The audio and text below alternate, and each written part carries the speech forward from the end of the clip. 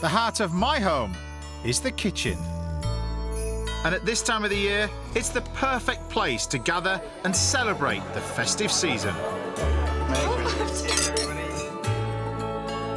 For me, Christmas is all about rustling up some fantastic food and eating it in the company of my favourite people. These are the dishes that I cook when I want to spread a little bit of cheer.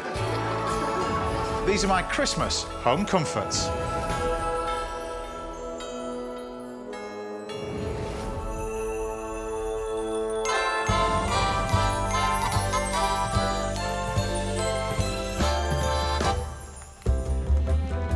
Christmas is a time for giving, but it's the presents you've taken the trouble to make yourself which reflect this special time of year.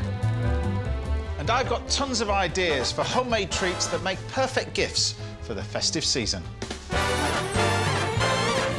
So I'm knocking up some Christmas goodies for the carol singers. You got to sing for your supper in this house, you know. In Austria, Annie Gray gets top marks for her cranberry chocolate. I've done well. And back here, I'm cooking Mary Berry, a very special meal. Mary. And trying hard not to ruin her Christmas jumper. Are you trying to get it? I'm not trying to get it. The lobster get its own back. You're doing quite well. But first, I'm getting things off to a magical start with my snow-covered take on a time-honoured tradition. Gently spiced and covered with candy, all the kids will fall in love with it. Even the big ones like me. Now, as Christmas presents go, you can't beat the excitement of a group of kids diving in to a gingerbread house. Well, I'm not going to do a gingerbread house, I'm going to do a gingerbread garage, and I've got a load of kids coming around to dive into it later. But it all starts with an amazing spiced gingerbread mix. To make the biscuit walls, cream together 400 grams of softened butter with the same amount of soft brown sugar. Then drizzle in 2 tablespoons of treacle and 200 grams of golden syrup and mix everything together. Next, add 2 tablespoons of ground ginger, 4 teaspoons of mixed spice, 1 teaspoon of ground cloves, and half a teaspoon of bicarbonate of soda. Just carefully mix it now to mix in all those spices. Now, you're not creating a cake, so you don't have to beat the hell out of it. You're just creating a biscuit. So once all your spices are together, stop the machine and then throw in a kilo of flour. This is why it's important. Depending on the size of your house or garage, will depend whether you make this in 2 batches or not. Mix in the flour along with 2 tablespoons of water. Then tip this batch of mix onto the work surface. Start to pull the dough together, adding another tablespoon of water if it feels dry. Then gently knead it until it forms a dough. It doesn't really matter if you overwork it a little bit. Perfect. Now for the templates. You can order them online and simply print them out. But I've made my own because instead of a house, I'm going to do a garage.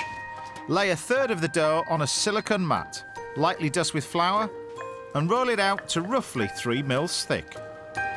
So once you get to that stage, you can grab a little template like that, use a knife, then cut round.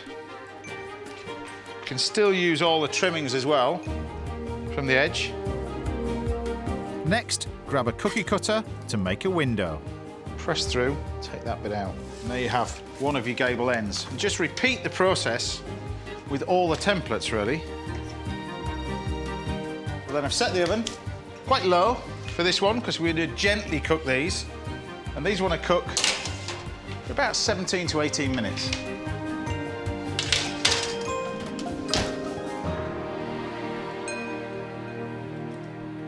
Now, obviously, you need the mortar for your brickwork, and for that, we turn our attention to icing.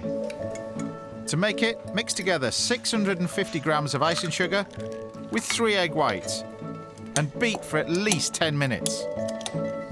It needs to be rich, smooth, and thick enough to decorate and hold the gingerbread pieces together.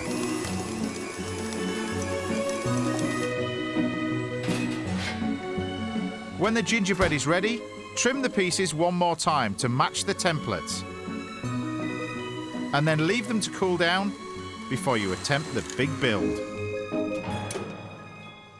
Now this is the kind of royal icing that we want. Nice and firm. We don't want it too wet. It's never going to stick the biscuits together. Next, fill a piping bag with the royal icing and pipe a thick foundation line onto a base board and carefully stick down the walls. Then pipe between the sides to strengthen. Cement never tasted this good. To be honest, there's something actually enjoyable about doing this. It's a bit like a fancy Airfix kit. To finish, be as decorative with the icing as you like and add a final designer flourish with some sweets. Well, my favourite ones at school were always floral gums. They tasted like soap. Why I liked them, maybe I didn't like sharing with other people. Nobody else seemed to like them on the bus. Not quite finished yet. This is a garage, remember? Now that's a garage I'd like to park my car in. Sweet, spicy, and completely edible. Willy Wonka would be proud. But before the kids can tuck in, there's a few presents to hand out first.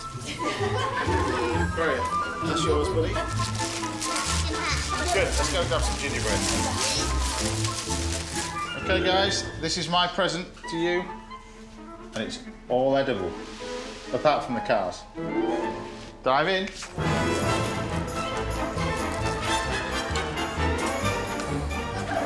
Geez, magical. Drink the whole room.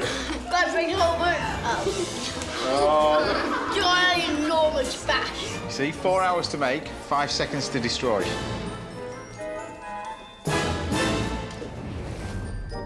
My house is always full of sweets and treats at this time of year.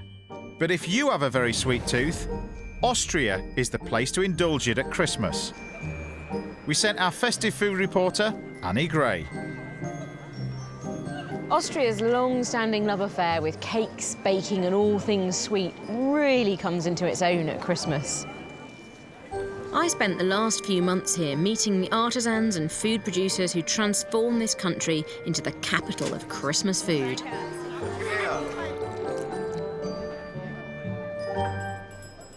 And my next stop is in the heart of Tyrol. In the mountains above Landeck, I met Therese Fiegel, mastermind of Tiroler Edler, an artisan chocolate made with ingredients from the surrounding mountains, and the milk of an unusual local dairy cow.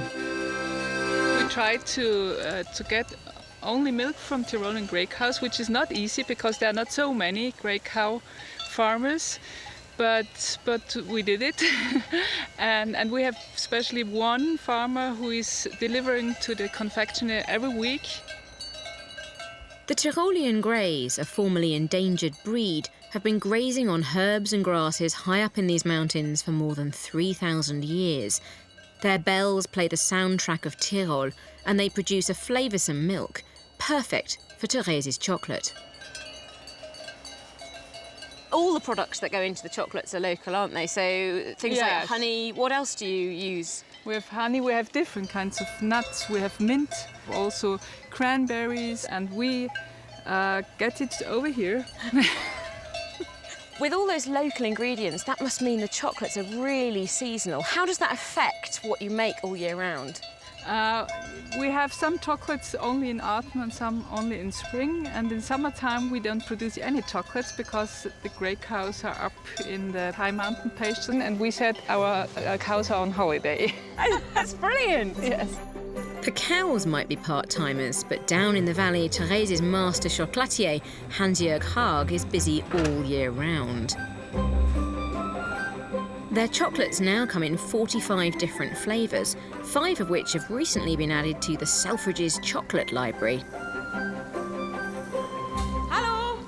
Hallo, Annie. And today I'm going to help Hans-Jörg make his Christmassy cranberry chocolate. Was mir da Preiselbeeren braucht und jetzt machen wir eine Preiselbeerfüllung. What makes these chocolates so special, so perfect for a Christmas gift, is all of these locally sourced fillings. This is milk from the local Tyrolese Gray cows. Und Preiselbeeren, da tun wir die Preiselbeeren Okay. rein.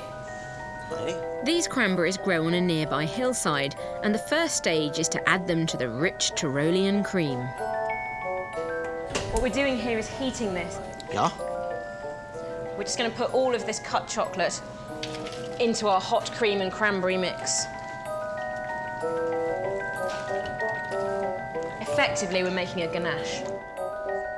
The mixture must now cool and thicken up before it can be poured into the chocolate moulds. Obviously, if it was boiling hot, the whole thing would melt and we'd have an almighty mess and I'd just have to eat it. So it's probably better that we've left it to cool.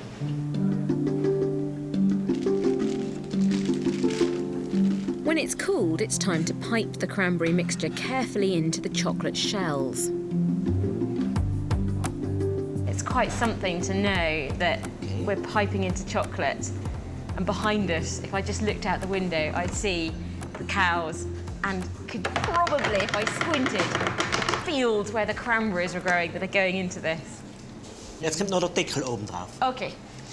The last thing to do when these are cooled enough is to put one more layer of chocolate on top so that you've got a sandwich of this sort of half milk, half dark chocolate, which is gorgeous. The cream, cranberry, chocolate layer, and then another layer of chocolate itself, which really is a sort of Tyrolean chocolate sandwich. And I am going to put the final touch on top. Okay. So, mehr? Ein bisschen mehr. Okay. And all made here in these beautiful surroundings with the mountains outside the window. Beautiful it may be, but will my attempt at Christmassy cranberry chocolate impress Hans-Jörg? Okay. Okay. Sehr gut gelungen. Gratuliere. I've done well. Excellent. I think this looks perfect for Christmas. Can't wait. I promised Hans-Jörg I'd keep his chocolate for Christmas morning. Yeah, right.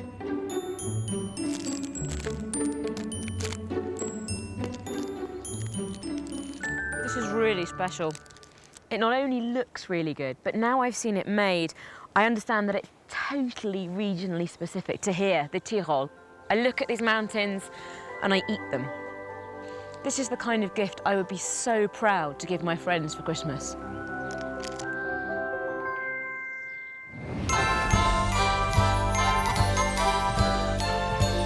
If you're anything like me, you hate turning up to somebody's house empty-handed over the festive period.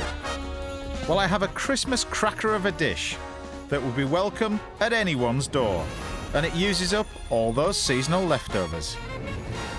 Now, you can call this a chicken pan bagnat or basically a fancy chicken sandwich. Call it what you want, but this is a great thing to take round to your friends around Christmas time. It's really a special sandwich. You're almost making a terrine, really.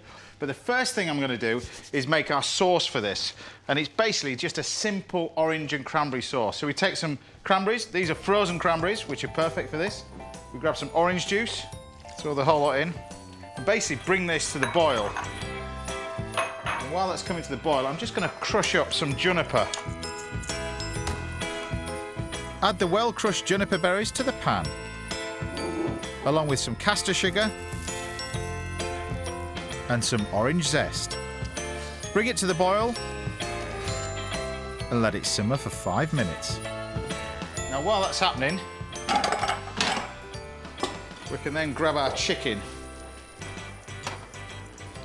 And then what we want to do with this is basically just rip it up and keep all the meat, including the skin, but take out all the bones. Just do it quite carefully, because some of the bones are a little bit dodgy, like that one. And also with the chicken, get this bit here. This is what's known as the oyster, or the eye, there.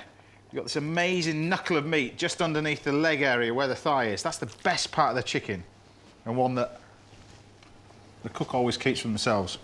Delicious. Consider it as a gift to myself.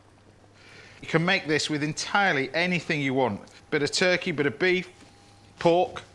It's entirely up to you. But it all starts with the star of the show, which is one of these. Because what you're going to use this for is a nice terrine. And as we layer it all up, it'll hold in all that nice flavour. So the first thing we do is make a little hole in the top. Lift this out. The smell of sourdough is fabulous. Yes, I know, that was another little gift to myself. But you need to rip out all the bread from the loaf centre to make way for the sandwich filling. You can always keep the bread to make stuffing. So our chutney is now ready. Switch this off and grab... I'll just press this down just a little bit, just to break the cranberries.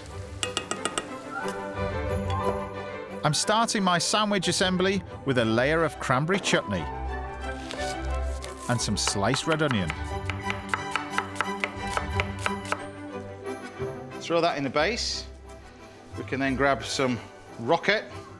This is purely for colour. You can just put basil in there if you wanted to. A little bit of little gem. It's entirely up to you. Courgettes, anything you've got left over. I've got some stuffing here, sage and onion stuffing. That can go in. I've also got mozzarella cheese in the mix too. Now, every couple of layers, you want to stop, grab some seasoning, salt and black pepper. And then you can put a layer of this chicken in. Keep layering the various fillings, including those juices and onions from the roasted chicken pan, until you reach the top of the bread.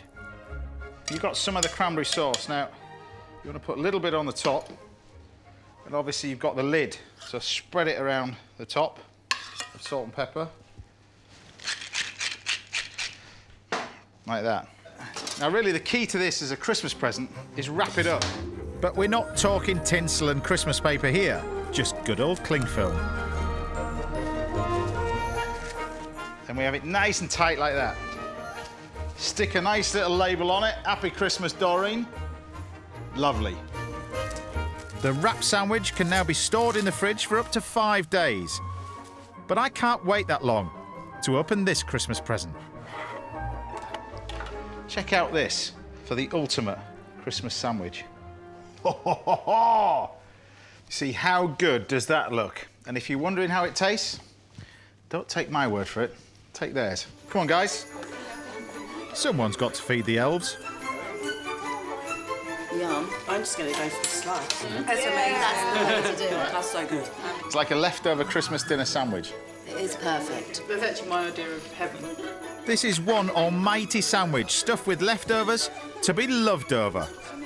Bring this to the homes of friends and family, and you'll be more welcome than Santa. You don't get many leftovers with you lot.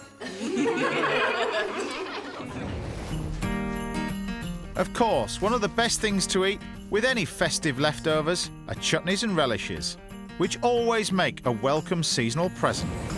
And just a few miles from where I grew up in Yorkshire, Sarah Puckett produces a range of pickles and preserves inspired by her seafaring family.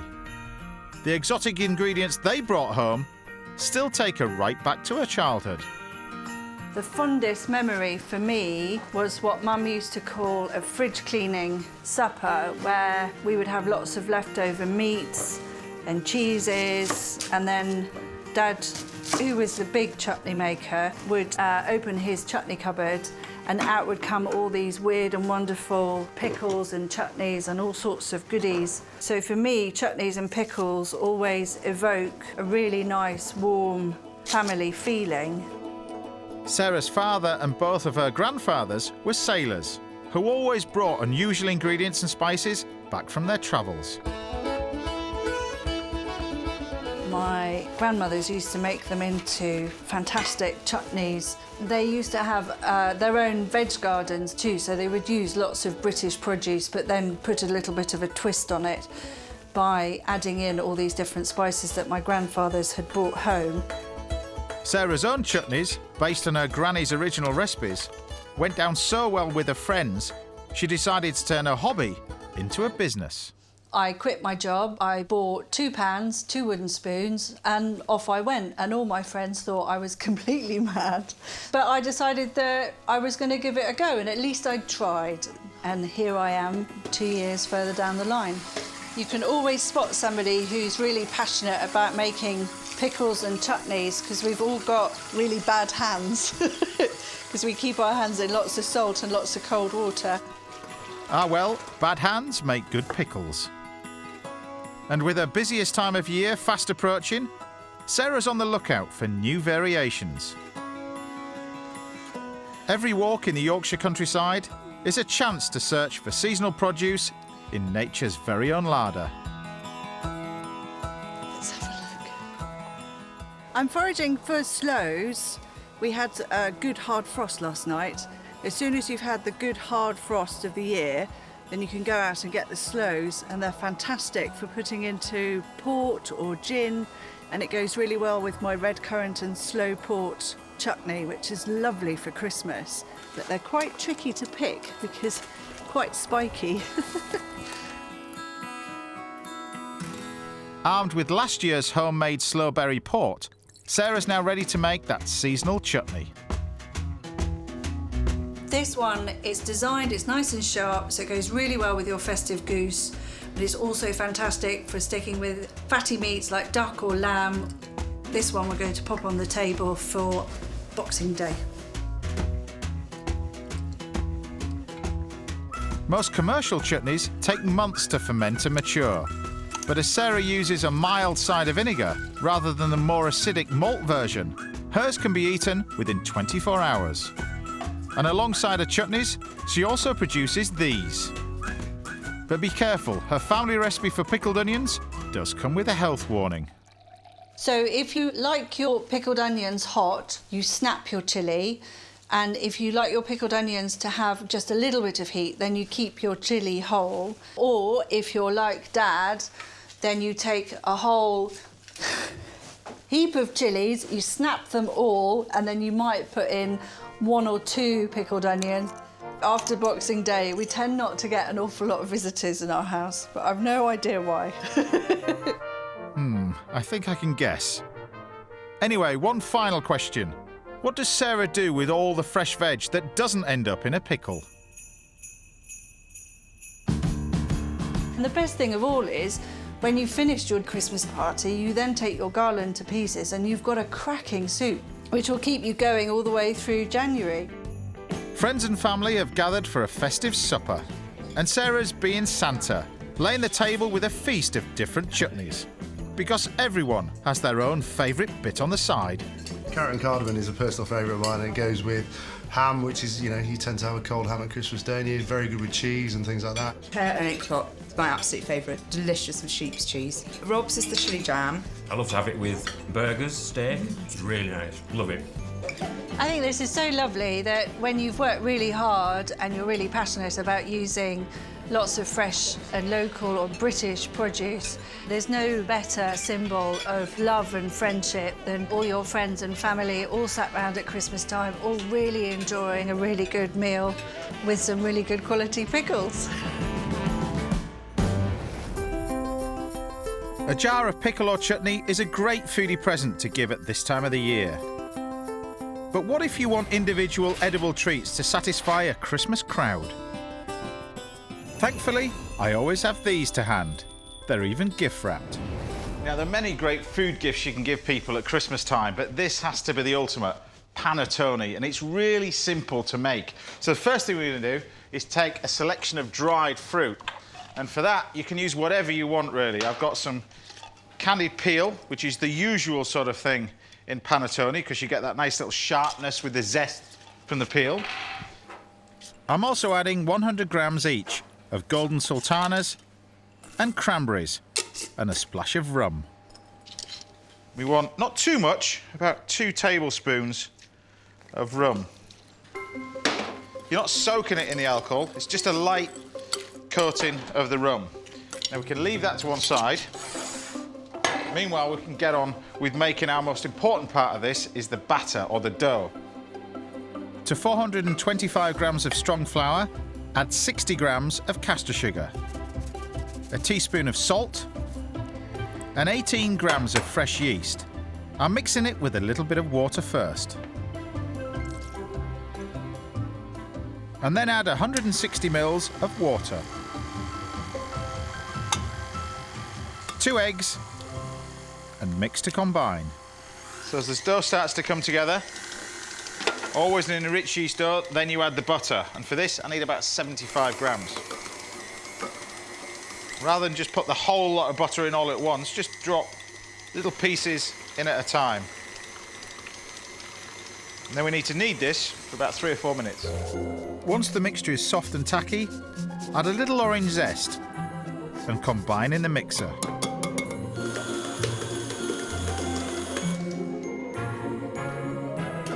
And then, once you've got it to that stage, cover it over and leave it for an hour.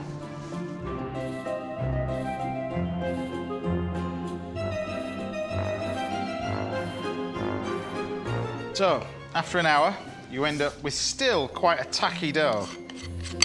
Take the dough out of the bowl and knock the air out of it. So all we do now is grab our fruit, pour it into the top, and then what I like to do really is cut this in. So you use a pastry cutter, fold it over, like that. Basically just tuck it in, like that. Once the fruit is well and truly combined, the dough can be divided and then put into moulds. I'm using a muffin tray. Take the mixture, which is very wet, a bit more flour in your hand, and very quickly just cup it as you roll it and lift. And once you get to that stage, we'll leave those as they are and let those prove for about 30 to 40 minutes.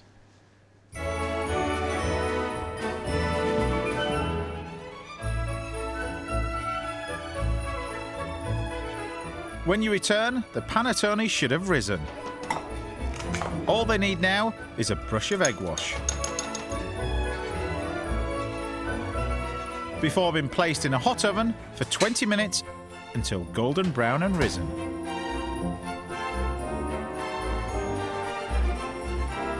And now for the main event.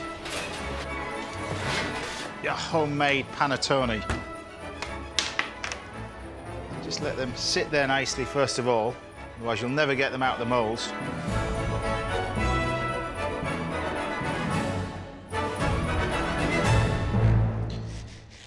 Straight out of the oven. You get this great. You know when you try a really good scone recipe with clotted cream and jam? I reckon this is the Italian alternative. It is fantastic. But, just tastes delicious. Served with some rum butter, these moist and citrus-scented panettoni are the perfect foodie gift to have on seasonal standby, especially when the carol singers come a-calling.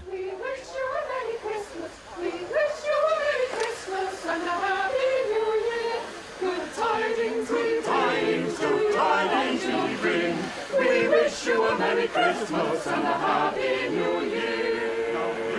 Now bring us some piggy pudding and bring some out here. Won't go till we won't go, and we won't go till we got some, so bring some out here. We wish you a Merry Christmas and a Happy New Year. You got to sing for your supper in this house, you know. Bite-sized goodies like these are the perfect Christmas treat for family and friends. But what do you bake for guests who have everything? 19th century royalty were hard to impress. But as food historian Ivan Day explains, one chef did his best. I'm going to make a sweet alternative Christmas gift. A boar's head cake made from sponge, filled with ice cream and covered in chocolate icing. This was a show-off culinary novelty fit for a royal table. It may seem odd today, but boar's heads were served with great ceremony at medieval banquets. That tradition died out, but it was revived centuries later by Queen Victoria. Ivan's cake is from the same period and spoofs the popularity of the boar. Victoria kept a herd of boar at Windsor and gave the prize pork to her children as Christmas gifts. The heads would be stuffed, which became a craze that everyone followed, even cake makers. This is a joke. It was very popular at this time to make lifelike dishes pretending to be savoury, but which were made from sweet ingredients. The recipe Ivan's using comes from Charles Elmé Francatelli's book, The Royal Confectioner. Francatelli was once the chef to Queen Victoria and specialised in elaborate dishes like this. His recipe begins with a large sponge cake. It's a bit like Michelangelo standing in front of a big block of marble and he's got to carve some amazing figure out of it. This I've got to see. Ivan's going to sculpt it into the shape of a boar's head. He's using a pine cone to hold the mouth open, then covering it with chocolate icing, which will be roughed up to look like pig's hair. I've modelled a couple of ears out of something called confectioner's pastry. It's a very sweet, flexible pastry. And then I've covered them with some of the chocolate icing. And what I'm going to try and do now is get the second one into position. And I just want to check that they're both the same height. That looks great. Next, the eyes. He makes these with white sugar paste laid over marbles. Don't eat those. He also uses sugar paste for the tusks. During Victoria's reign, festive food became more over the top. Her royal banquets were often a celebration of the lavish feast that had happened in the Middle Ages. At these great Christmas feasts, the boar's head was often paraded into the dining room with a great deal of ceremony, perhaps symbolising the victory of the hunter over the beast of the forest. There was even a medieval carol sung to mark the arrival of the grand platter. The boar's head, as I understand, is the rarest dish in all this land, which thus bedecked with a gay garland, let us serve with a song. No breaking into song for you, Ivan. There's still some work to do.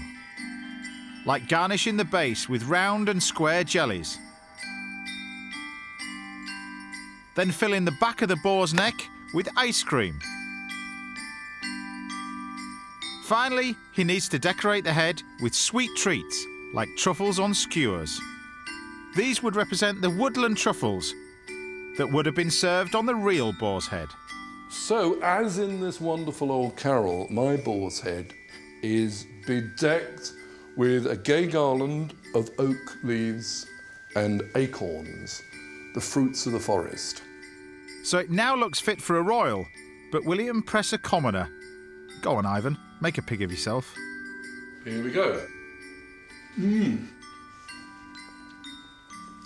The ice cream is superb. Mr. Whippy, eat your heart out. The chocolate is lovely too. It's really delicious. And it will make a terrible mess once it's completely calm. It does taste good though.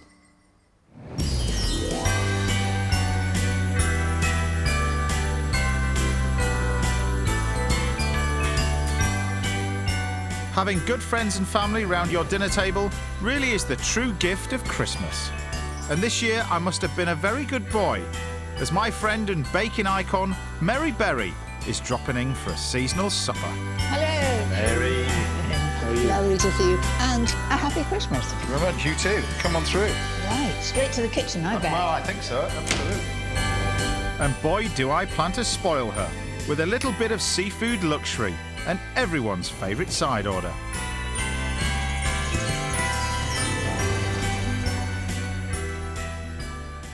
Now, what do you cook Mary Berry when she comes round to your house? I think it looks as though it's sheer indulgence, luxury, something so, so special. Could there be anything more? Exactly. Well, somebody told me you like lobster Thermidor. Is that right? It's heaven on a plate for me. Okay. What is it about lobster Thermidor you like about this time of the year? Well, I think it's the greatest treat. It's the sort of thing you do for 2 or 4, really, don't you? Because it's so luxurious. 2 of us will eat that, won't we? Oh, definitely. Yeah. But that's an absolute beauty, isn't it? It's lovely, isn't it? So do you often do this at home, or is it something that you kind of have when you're eating out? Definitely when I'm eating out. Okay. And it's something that on perhaps the time when it's a celebration, you know, an anniversary or a real treat night out, I would choose lobster Thermidor. Right. But I bet yours is better. Well, I don't know about that. So when was the first time you came across this stuff, then? Oh, I can remember it. It was in the 60s, you know. It was very, very popular. Right. To make the sauce, first chop a shallot and soften in a pan with a little butter. Then add some white wine and let it simmer till it's half its volume. Now, what about growing up for you as a kid? What was that like around sort of the festive period? Great excitement. Yeah. Was food still an important part of your life? It must have been then. Oh, it was, yes. I mean, we didn't have turkey because it was just after the war. We used to have a cockerel. No, you don't have cockerels now, do you? I tell you a little story. Go on. My dad was a farmer, and it was by sort of default, really, we got into farming. We started off with 6 pigs and ended up with about 3,000. And chickens, he got them cheap from the Exchange and Mart, which was the old magazine that I remember they all used to flick through with that sort of... Anyway, the reason why they were cheap, they were all cockerels, and we bought them as laying hens. And we didn't get any eggs at all, so we had plenty of cockerels to eat. Oh, ideal for Christmas. Yeah. In fact, a cockerel or a capon is a good idea for Christmas. Bigger and more flavourful than a chicken, and cheaper than a goose. Now add some fish stock to the pan.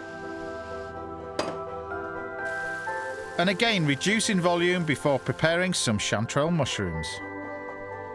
If you can't get chanterelle, which kind of mushroom would you choose? But, you know, any mushrooms really will work for this sort of dish. It doesn't have to be wild mushrooms. I would use the small chestnut mushroom slices. Yeah, great flavour.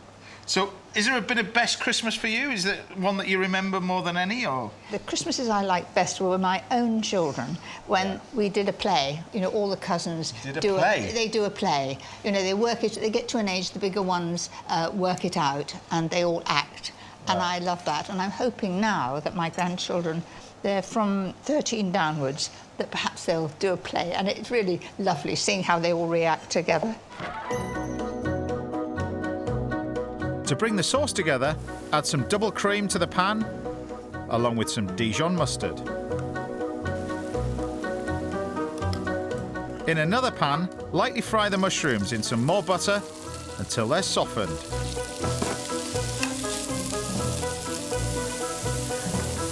Then tip them onto a plate and season well.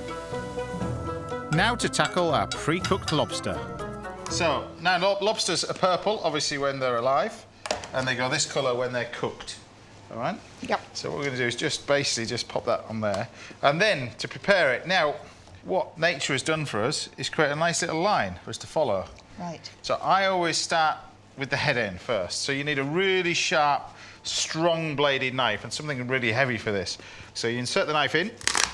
So you put it right in the middle of the head? Right in the middle, follow that line, right the way down, straight through, press. All right, like that. I always put it on a little bit of this paper because you never know what comes out of it, but a little bit of this. Get rid of that. Another bit of paper as well. Do you know, I very rarely have cooked lobster. I cook lobster tails, and I'm doing it as a first course usually, giving people half a tail. And they're much smaller. This is an absolutely whacking-sized lobster. Give the lobster a quick wash under a cold tap. And then remove the meat from the body. Simple enough. But to get all the meat from the claws, you might have to be a bit more heavy-handed. Are you trying to get it? I'm not trying to get it. The lobster get its own back. You're doing quite well. Oops. Covering the queen of British bacon with lobster shell isn't part of the plan. So I'm making this for you. Do you make anything for everybody at Christmas time if there's food? I often do foodie Christmas presents. People love homemade marmalade. I do mulberry jam. Not everybody has a mulberry tree. Got a row of them in the garden. Delicious. The main thing is not to wear a white shirt when you pick the mulberries because it goes all over you. And so I often make food presents, you know, and the grandchildren come and we make all sorts of biscuits and nicely presented. Now, that's typically chefy, isn't it? Putting your hands in it. Sorry. That's all right. No, it's all right, but I always think, you know, if I did that, the doorbell would ring or the dog would want to go out, and I'd still have that all over my The dog's already hand. out, Mary. You just let him out before you arrive. OK. Next, add the mushrooms. And then the lobster meat to the sauce. Along with some chopped parsley, salt and pepper, a squeeze of lemon juice, and some grated parmesan. Then add a couple of egg yolks and cook for 1 minute to thicken the sauce. Finally, pop the mix back into the washed lobster shells and top with breadcrumbs and some more Parmesan cheese. Right, so what we're going to do now is just Well, put this is a grill and a half. This is it's a little grill. Little grill. I'm going to pop that under the grill for about a few minutes, just to grill. And the perfect accompaniment with lobster thermidor isn't a salad, Mary, it's chips. But not just any chips, double-cooked chips. First cooked on a low temperature to soften, and then a higher temperature to crisp them up. And our lobster is ready too. Got all that lovely sauce in there. Oh, lovely.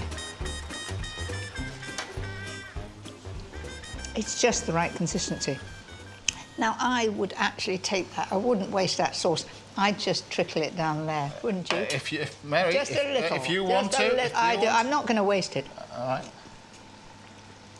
Oh, yes. Happy with that? Yes. And it's interesting how the egg yolk has thickened it up beautifully.